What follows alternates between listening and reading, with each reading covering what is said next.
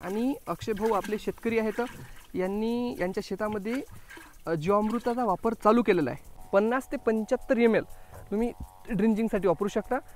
नमस्कार मंडळी, स्वागत आहे तुमच्या एका नवीन व्हिडिओमध्ये. मंडळी, आज आपण पाटील फार्म्स येथे आलेलो आहोत, हिवरा बुद्रुक येथे अक्षय पाटील यांच्या शेतामध्ये. मंडळी, आज इथे येण्याचा मुख्य कारण म्हणजे आपल्याला आज एका अशा जैविक औषधाबद्दल जाणून घ्यायचं आहे. हे आपल्याला सर्वांना परिचित आहे, परंतु काही गोष्टीची याची जी साधनसामग्री आहे हे आपल्याकडे सध्या उपलब्ध नाही आहे, किंवा उपलब्ध असून आपल्याला ते करण्यात वेळ नाही आहे. तर ते कशा प्रकारे करायचं, त्याचा फायदे काय आहे, त्याचा वापर कोण्या प्रमाणात करायचं, वापरताना किती ml काय वापरायचं, हे सर्व गोष्टी आपण इथे जाणून घेणार आहोत. आपण यांचा फार्म बघू शकतो. यांच्या शेतामध्ये हे जीवामृत बनवतात.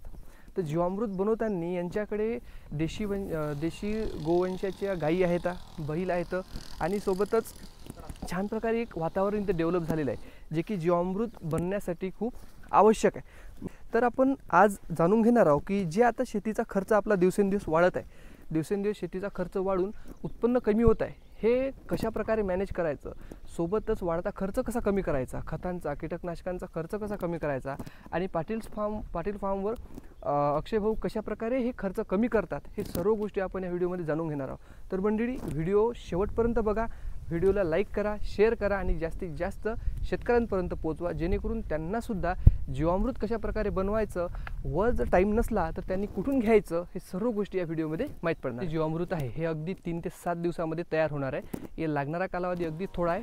तर मंडळी, जीवामृत ज्यावेळेस आपण कोणतेही औषध आपल्या शेतामध्ये वापरत असतो, ते वापरण्याच्या आधी आपल्याला त्याच्याद्वारे होणारे फायदे जाणून घेणं खूप आवश्यक आहे. कारण की जे आपण इतर कीटकनाशक आणतो किंवा रासायनिक खत आणतो, या सर्व गोष्टींचा माहिती असल्याशिवाय आपण वापर करायला नाही पाहिजे. त्याचप्रमाणे जीवामृत जे आहे याच्यामध्ये कोणकोणत्या गोष्टी आहे हे तर आपण पुढे जाणून घेणारच आहोत, वापर कसा करायचा हे पण जाणून घेणार आहोत. परंतु याचे फायदे काय, कारण की शेतकरी जर शेतामध्ये वापरत असेल तर त्याला याच्यातून काही ना काही फायदा झाला पाहिजे, त्यावेळेस शेतकरी वापरणार आहे.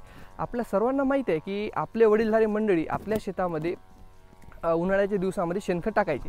मग त्या शेणखतापासून काय फायदा व्हायचा, तर तेच फायदा आपल्याला या जीवामृतापासून होणार आहे. मी म्हणेन की अधिक पट याचा फायदा होणार आहे, कारण की पूर्ण फर्मेंटेशन झालेलं जीवामृत म्हणजे आपण कॉन्सन्ट्रेटेड शेणखत याला म्हणू, जे आपण शेतामध्ये टाकणार आहोत. तर याच्यापासून जे मुख्य फायदा होणार आहे हे काय होणार आहे की आपल्या जे शेतामध्ये पीक आहे याच्यामध्ये पांढऱ्या मुळ्यांची संख्या वाढणार आहे, सोबतच आपल्या पिकांची रोगप्रतिकारक शक्ती वाढणार आहे, सोबतच आपल्या शेतामध्ये पिकाला ताण धरून ठेवण्याची क्षमता असो किंवा रोगप्रतिकारक क्षमता असो, सोबतच जे जीवाणूंची संख्या आपल्या शेतीमधली हे सुद्धा अक्षरशः खूप मोठ्या प्रमाणात वाढणार आहे. आणि तुम्ही जर याचा वापर करसाल तर तुम्हाला हे जाणून येणार आहे की खरंच माझ्या शेतामध्ये गांडुळाची संख्या वाढलेली आहे, जीवाणूंची संख्या वाढलेली आहे. मग आता तुमचा प्रश्न असा असेल की जीवाणूंची संख्या जर वाढत असेल तर फायदा काय होणार आहे, कारण की हेच जे जीवाणू आहे हेच आपल्या शेतामध्ये आपल्या पिकाला काय करतात की नत्र, स्फुरद, पलाश किंवा जे अन्नद्रव्य आहे याची उपलब्धता करून देतात. मग कशा प्रकारे जे हवेमध्ये नत्र आहे किंवा इतर घटक आहे याचं हे काय करतात, याच्याद्वारे हे जमिनीमध्ये शोषण करतात आणि याचं नत्र उपलब्ध करून देतात आपल्या झाडांना, आणि अन्नद्रव्याची सुद्धा उपलब्धता करून देतात. म्हणजेच काय होतं की आपल्या पिकासाठी जे जोमदार वाढीसाठी लागणारे घटक आहे ते या जीवाणूंद्वारे उपलब्ध होत असतात. तर अशा प्रकारे जीवाणूंची संख्या वाढणार आहे. सोबतच जीवाणूंची संख्या वाढता वाढता काय होणार आहे की आपल्या शेतामधील उत्पन्नसुद्धा वाढणार आहे. आणि यावेळेस आपण जीवामृताचा वापर करणं चालू करणार आहोत, त्यावेळेस आपला जे रासायनिक खताचा खर्च आहे हे अगदी कमी होणार आहे, आणि त्या खर्चाच्या तुलनेमध्ये खर्चात घट होऊन आपला जे इतर आपण या जीवामृताद्वारे जे उत्पन्न आहे हे वाढणार आहे आणि आपला खर्च कमी होणार आहे. तर अशा प्रकारे आपल्याला याचे फायदे होणार आहे. तर मंडळी, आता आपण जाणून घेऊया की जे जीवामृत आपण तयार करणार आहोत हे याला कोणते कोणते घटक लागतात. तर मंडळी, आपण आता पाटील फार्म्सवर अक्षय भाऊ कशा प्रकारे जीवामृत बनवतात याच्याबरोबर हे आपण जाणून घेणारच आहोत. तर सर्वात आधी आपल्याला 200 लिटरसाठी जीवामृत इथं आपण बनवत असतो, आणि 200 लिटर ज्यावेळेस आपण जीवामृत बनवतो त्यावेळेस तुम्हाला कमीत कमी 200 लिटरची टाकी आवश्यक आहे.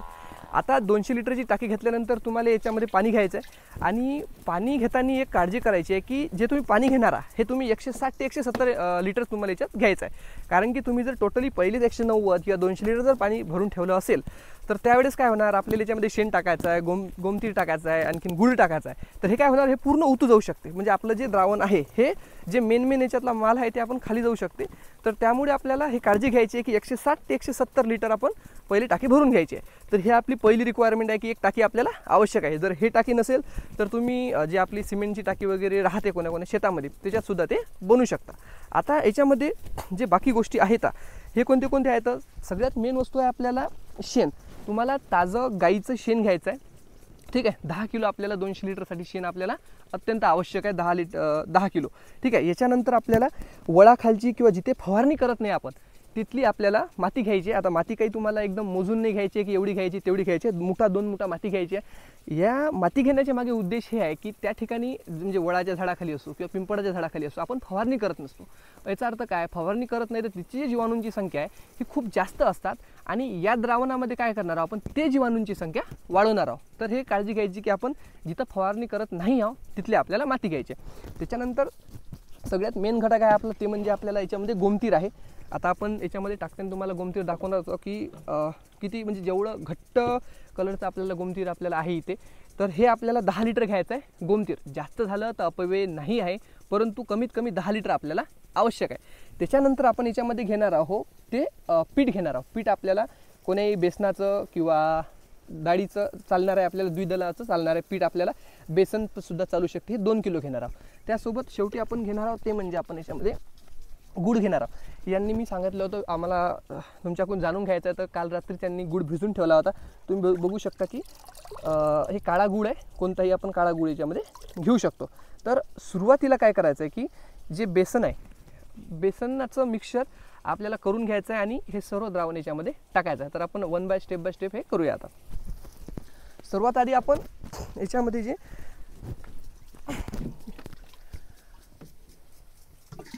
आपलं गोमतीर आहे हे याच्यामध्ये टाकणार आहोत. आता तुम्ही याच्यात गोमतीर बघू शकता किती छान गोमतीर आहे. आणि अक्षय भाऊ आपले शेतकरी आहेत, यांच्या शेतामध्ये जीवामृताचा वापर चालू केलेला आहे. आणखीन आपल्याला असे शेतकरी आपल्या साईडला जर असेल जे या प्रकारे जर वापर करत असेल तर आम्हाला सांगा, त्यांच्याशी आपण कॉन्टॅक्ट करू. म्हणजे आणखीन शेतकरी जे आहे हे याच्या वापरासाठी प्रोत्साहित होऊ शकतात. याच्यानंतर आपल्याला काय करायचं की ही जी माती आहे ही सुद्धा याच्यात टाकायची आहे.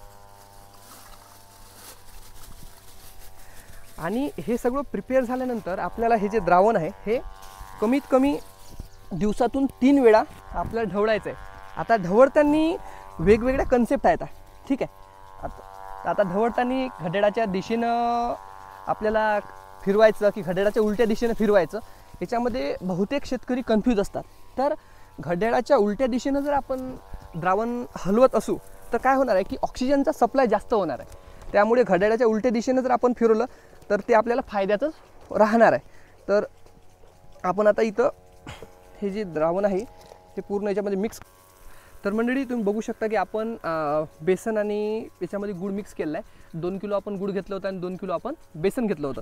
आता हे द्रावण जसंच्या तसं आपल्याला याच्यामध्ये टाकायचं आहे.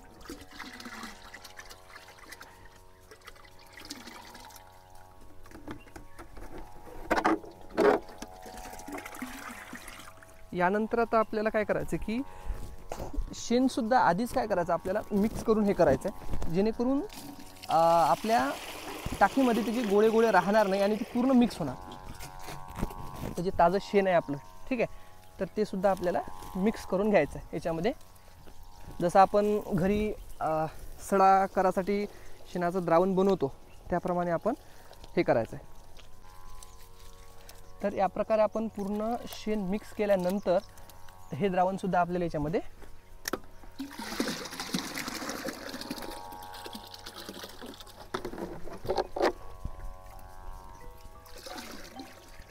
अशा प्रकारे आपण हे पूर्ण द्रावण मिक्स केल्यानंतर आता जी आपली शेवटची स्टेप राहणार आहे ते म्हणजे काय असणार की आता आपल्याला सर्व गोष्टी याच्यामध्ये मिक्स करायचं. आता मिक्स करताना घड्याळाच्या उलट्या दिशेनं आपल्याला हे ढवळायचं आहे, घड्याळाच्या उलट्या दिशेनं, जेणेकरून याच्यामध्ये ऑक्सिजनचा सप्लाय जास्त होतो आणि याच्यामध्ये जीवाणूची संख्या वाढण्यामध्ये आपल्याला मदत होते. तर मंडळी अशा प्रकारे आपल्याला हे जीवामृत बनवायचं होतं. तर आता जीवामृत बनवल्यानंतर सर्वात मेन जो विषय येतो तो विषय येतो की जीवामृत वापरायचं किती. कारण की खूप ठिकाणी तुम्हाला जीवामृत बनवणं माहीत असते, परंतु वापरायचं किती याबद्दल कल्पना नसते. तर जीवामृत वापरताना हे आपण 2-3 मेथडने आपण वापरू शकतो. तर सगळ्यात मेन जे मेथड आहे ते कोणती आहे? ड्रिंचिंग आणि फवारणी.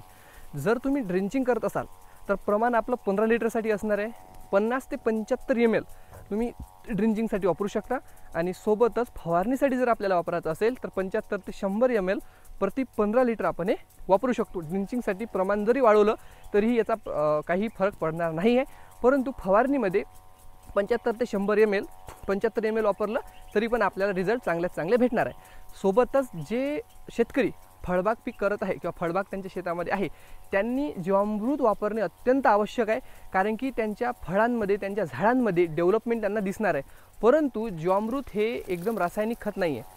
सो तुम्हाला पहिल्यांदा दिल्याने रिझल्ट तुम्हाला दिसणार नाही, तुम्हाला कंटिन्यू दर महिन्याला किंवा वेळोवेळी वापरत राहावं लागणार आहे, जेणेकरून आपल्याला याचा फरक दिसणार आहे, आपल्या जमिनीची सुपीकता वाढणार आहे आणि आपला खर्च कमी होणार आहे। तर मंडळी, व्हिडिओ कसा वाटला हा मला नक्की कमेंटद्वारे कळवा। व्हिडिओ जास्तीत जास्त शेतकऱ्यांना पाठवा, जेणेकरून त्यांनासुद्धा याबद्दल कल्पना होईल आणि आपल्याला काही अडचण जर आल्या जीवामृतमध्ये किंवा जीवामृत कोणाला घ्यायचं असेल तर आपले शेतकरी अक्षय पाटील यांना तुम्ही या कॉन्टॅक्ट नंबरवर कॉन्टॅक्ट करू शकता। धन्यवाद।